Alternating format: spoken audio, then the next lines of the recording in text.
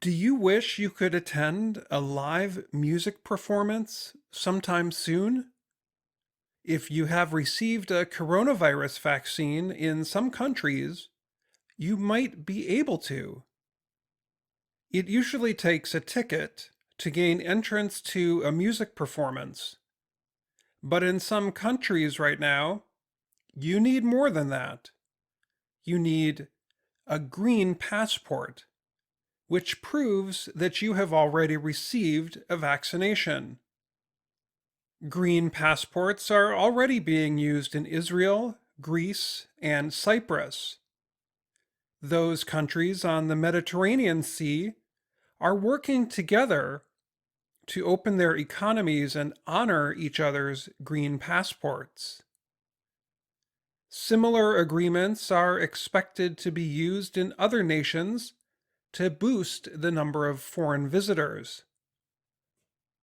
Aviv Geffen recently played piano for 300 people in Tel Aviv, Israel. He called the event a miracle. Geffen said, "It's really the only way forward at the moment." Yuli Edelstein is the health minister in Israel. He said, "People who choose not to get the vaccine will be left behind." People who came to Geffen's performance needed not only a ticket, but also proof of vaccination. Geffen said people will not be able to live their lives in the post coronavirus world without receiving a vaccination. We must take the vaccines. We must, he said. If some activities are only available to people who have received a vaccine shot, that could become a problem. Right now, vaccines are mostly available in rich countries with good public health systems. Israel is a country like that. The small country has enough vaccine to treat all of its citizens over the age of 16. The government, however, has been criticized for being slow to provide vaccines to Palestinians who live in the territories partly occupied by Israel.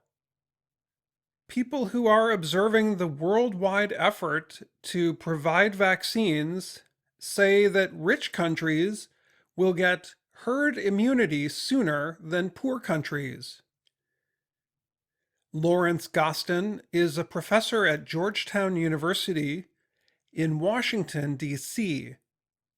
He is the director of the World Health Organization Collaborating Center on National and Global Health Law.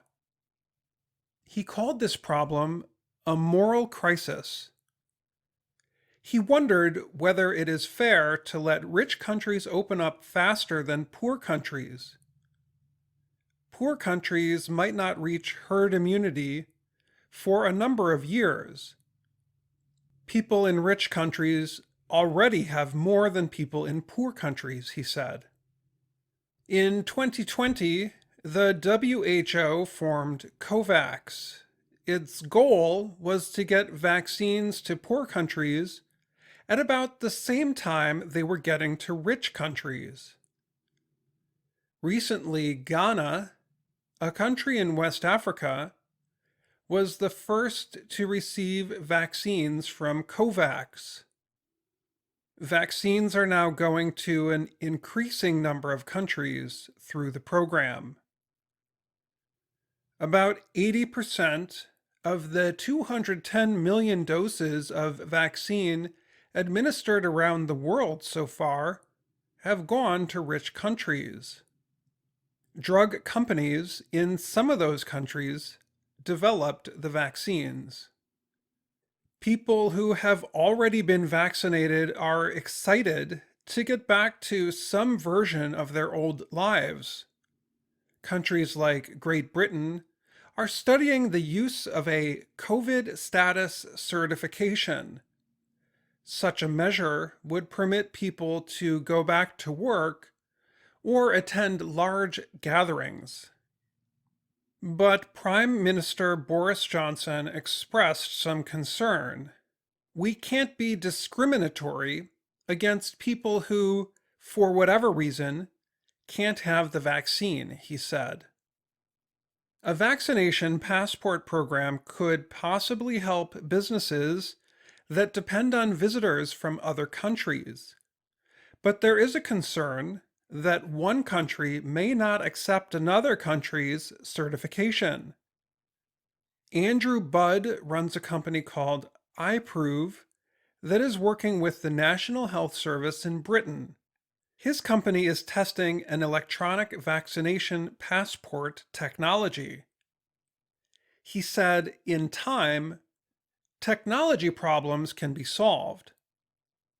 But the more difficult problems will be ethical, social, political, and legal. The question, he said, is how to balance the fundamental rights of citizens with the benefits to society.